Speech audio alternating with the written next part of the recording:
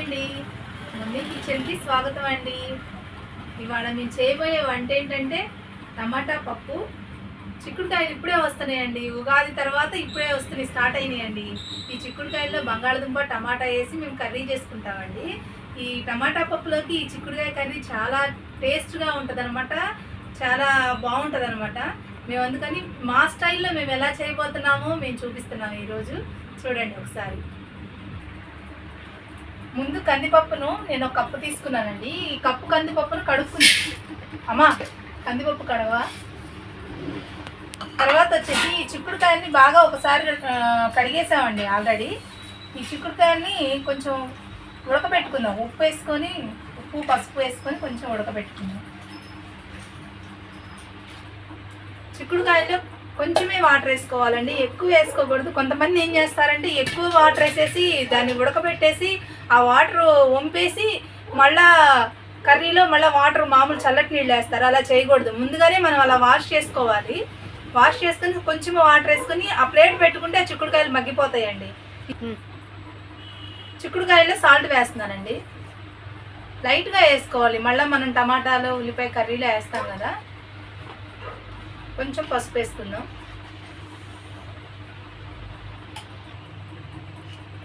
దీన్ని బాయిల్ చేద్దామండి. అమ్మా చిక్కుడుకాయలు మనం బాయిల్ చేయడానికి ఇచ్చేసాను కదా. టమాటా పప్పులోకి ఏమేమి వేసి ఎలా చేసుకోవాలో ఈజీ ప్రాసెస్ అండి.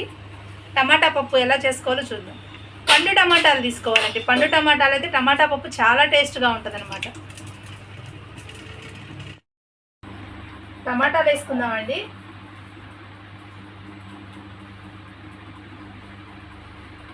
టమాటాలోకి ఇవి ముందు ఉన్నవి ఇవి తీసేయాలండి, లేకుంటే కిడ్నీలో రాళ్ళు ఏర్పడే అవకాశం ఉందంటారు కదా. నేనైతే ఖచ్చితంగా తీసేస్తానండి అవి.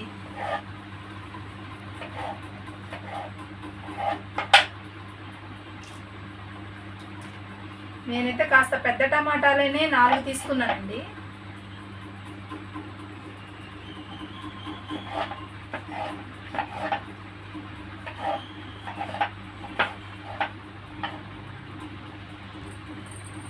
పచ్చిమిర్చి వేస్తున్నానండి. నేనైతే చిన్నగా ఉన్నాయని ఒక 5 కాయలే తీసుకున్నాను. వాటిని వాష్ చేసుకొని కట్ చేసేసుకోండి.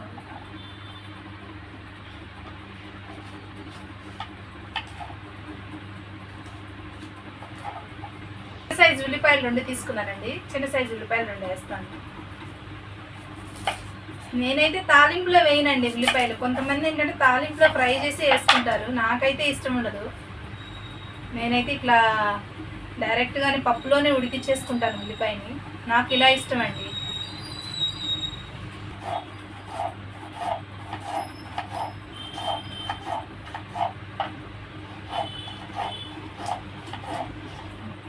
చింతపండు వేస్తున్నానండి. ఆల్రెడీ టమాటాలు పుల్లగా ఉంటాయి కదా, దానికి తగ్గట్టుగా చింతపండు కూడా, టమాటాలు వేసుకున్నాం కదా, ఇప్పుడు చింతపండు పుల్లగా ఉంటుంది, టమాటా కూడా పుల్లగా ఉంటుంది కదా. ఖచ్చితంగా ఇది వేయాలండి. ఇది వేస్తేనే బాగా టేస్ట్గా ఉంటుంది. కరివేపాకండి, నాకు ఎంతో ఇష్టమైన కరివేపాకండి. ఈ కరివేపాకు లేకపోతే నేను కర్రీస్ చేయలేనండి. ఎలా ఉన్నా సరే ఖచ్చితంగా నేనైతే కరివేపాకు తెచ్చుకుంటాను. నాకు చాలా ఇష్టమైందండి కరివేపాకు అయితే. దీన్నైతే పప్పులో వేస్తే మంచి వాసన వస్తుంది అనమాట. పప్పు వండకుండానే ఈ కరివేపాకు వేస్తే చాలా మంచి వాసన వస్తూ ఉంటుంది. నాకు భలే ఇష్టం అండి ఈ స్మెల్ అయితే.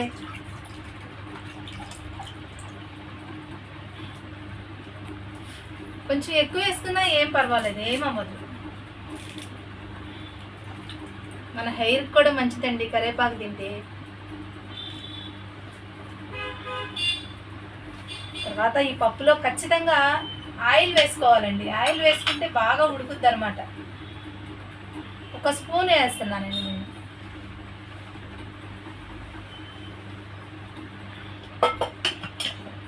తర్వాత పసుపు వేస్తానండి.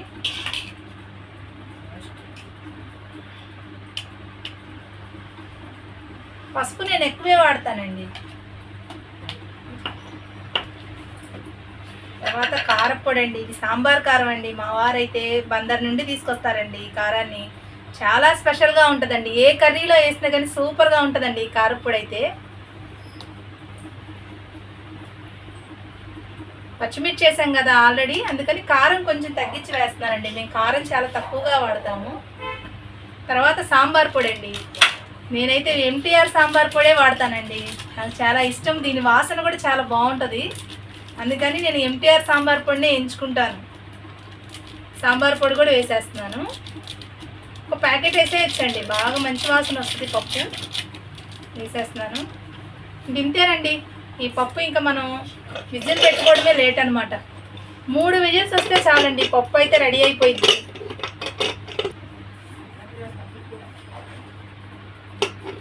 అవసరం లేదండి, మూత ఇట్లా పెట్టేసుకుంటే దీన్ని ఇంకా స్టవ్ మీద పెట్టుకొని 3 లేదా 4 విజిల్స్ వచ్చిన దాకా ఉంటే చాలండి. పప్పు మెత్తగా ఉడికిపోయింది. నేను విజిల్స్ రాగానే మళ్ళీ చూపిస్తాను మీకు.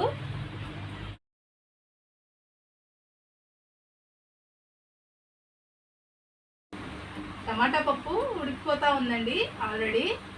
ఇప్పుడు మనం చిక్కుడుకాయ కర్రీ ఎలా చేసుకోవాలో చూపిస్తాను మీకు. చూద్దురండి.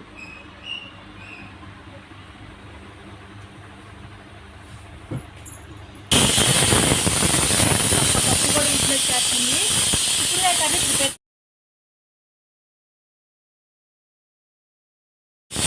ముందు ఆయిల్లో నేనైతే కరివేపాకు వేసుకుంటానండి, స్మెల్ వస్తుందండి. ఆయిల్ హీట్ అవనిద్దాం. ఉల్లిపాయలు వేస్తున్నానండి.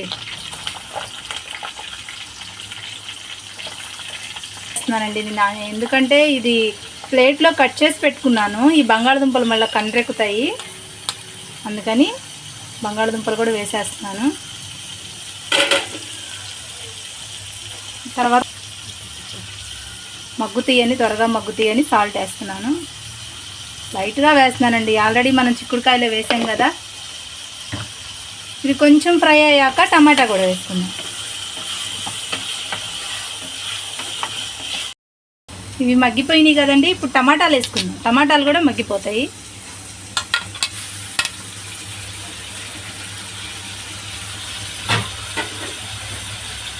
ఒకసారి కలుపుకున్నామండి. పక్క పప్పు కూడా రెడీ అయిపోయింది. ఆల్రెడీ చిక్కుడుకాయలు ఉడికిపోయి ఉన్నాయి కదా, అందుకని ఇవి సగం మగ్గాక చిక్కుడుకాయలు యాడ్ చేసుకుందాం. టమాటా మగ్గిపోయింది కదండి. పసుపు వేసుకుంటున్నాను. ఆల్రెడీ చిక్కుడుకాయల్లో వేసాను కదా, దీనిలో కొంచెం లైట్గా వేసుకోవాలి.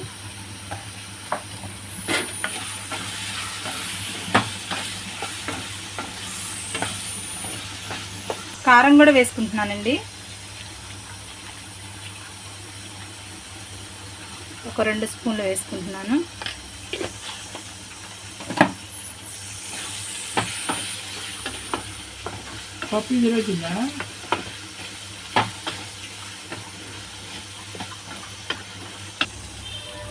కొంచెం అల్లం పేస్ట్ వేసుకుంటున్నానండి. 1 స్పూన్ ఉంటుంది అది.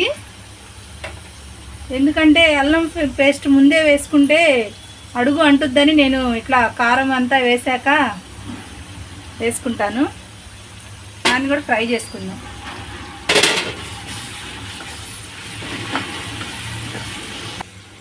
ఇదిగోండి చిక్కుడుకాయలు ఉడికిపోయినాయి. ఆల్రెడీ పూర్తిగా ఉడికినవి ఇవి. ఇప్పుడు దీనిలో కాస్త వాటర్ ఉన్నాయి కదా, ఆ వాటర్ని మనం పారేయకూడదు. కర్రీలో యాడ్ చేస్తే కర్రీ చాలా టేస్ట్గా ఉడుకుద్ది అనమాట.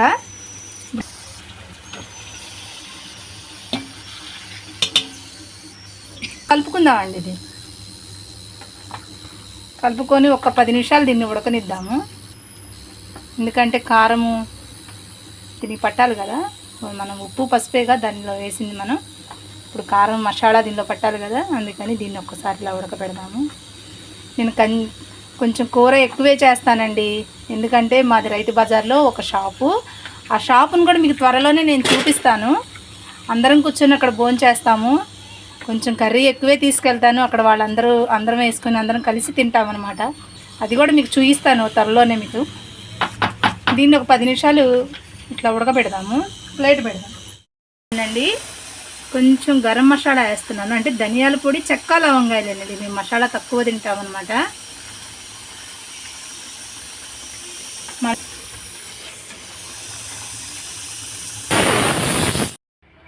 4 విజిల్స్ వచ్చినాయండి. పప్పు రెడీ అయిపోయినట్లే. చూసుకుందాం. ఇదండి రెడీ అయిపోయింది పప్పు. దీన్ని మెత్తగా మెదుపుకుందామండి.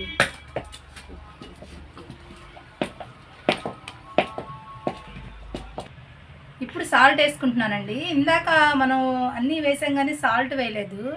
ఎందుకంటే సాల్ట్ మనం ఫస్ట్ వేస్తే పప్పు ఉడకదనమాట త్వరగా. అందుకని సాల్ట్ లాస్ట్లో యాడ్ చేసుకుంటున్నాను. కొంచెం దీన్ని ఈ పప్పు కొంచెం పలచగా చేసుకున్నా బాగుంటుంది. ఎందుకంటే టమాటా పప్పు పలచగా ఉంటేనే బాగుంటుంది. మనం కావాలంటే కొంచెం వాటర్ అయినా యాడ్ చేసుకోవచ్చు. అలా అని చల్లటి నీళ్ళు అసలు యాడ్ చేసుకోకూడదండి పప్పులో. మళ్ళీ వాటర్ వేడి చేసుకొని మళ్ళీ దీనిలోకి మనకు కావాల్సినంత యాడ్ చేసుకోవచ్చు. నాకైతే సరిపోయిందండి. ఇప్పుడు అయిపోయిందండి. ఇక పప్పు తాలింపు పెడతాను. తాలింపు ఎలా వేసుకోవాలంటే చూపిస్తాను. తాలింపులు వేసుకుందామండి. ఆయిల్ హీట్ అయింది. తాలింపులు అంటే ఎవరికి తెలియదే ఉంది, అందరికీ తెలిసిందే కదా. టమాటా పప్పు అనేది కూడా అందరికీ తెలుసు. కాకపోతే మేము ఎలా చేసుకుంటాము, నేను ఎలా చేస్తాను అనేది కోసం నేను తీసాను అనమాట. ఇది కాస్త తాలింపులు ఫ్రై అయ్యాక చిన్నులపాయలు వేసుకుందాము. ఇప్పుడు వెల్లుల్లిపాయలండి కొంచెం దంచుకొని వేసుకోవాలండి, లేదంటే అవి చిట్టి పగులుతాయి అన్నమాట. నూనె చిందిద్ది. వెల్లుల్లిపాయలు కూడా ఫ్రై అయిపోయినాయండి. ఇప్పుడు కొంచెం ఎండుమిర్చి వేసుకుందాము. ఎండుమిర్చి బాగా వేగితే పప్పులో బాగుంటుందండి.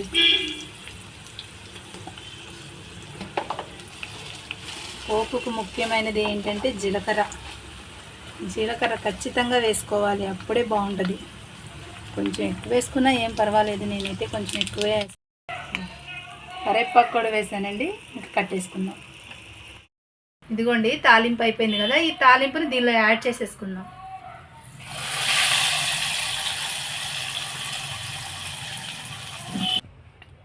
ఇదిగోండి టమాటా పప్పు రెడీ అయిపోయింది. కొంచెం కొత్తిమీర వేసుకున్నాను నేను.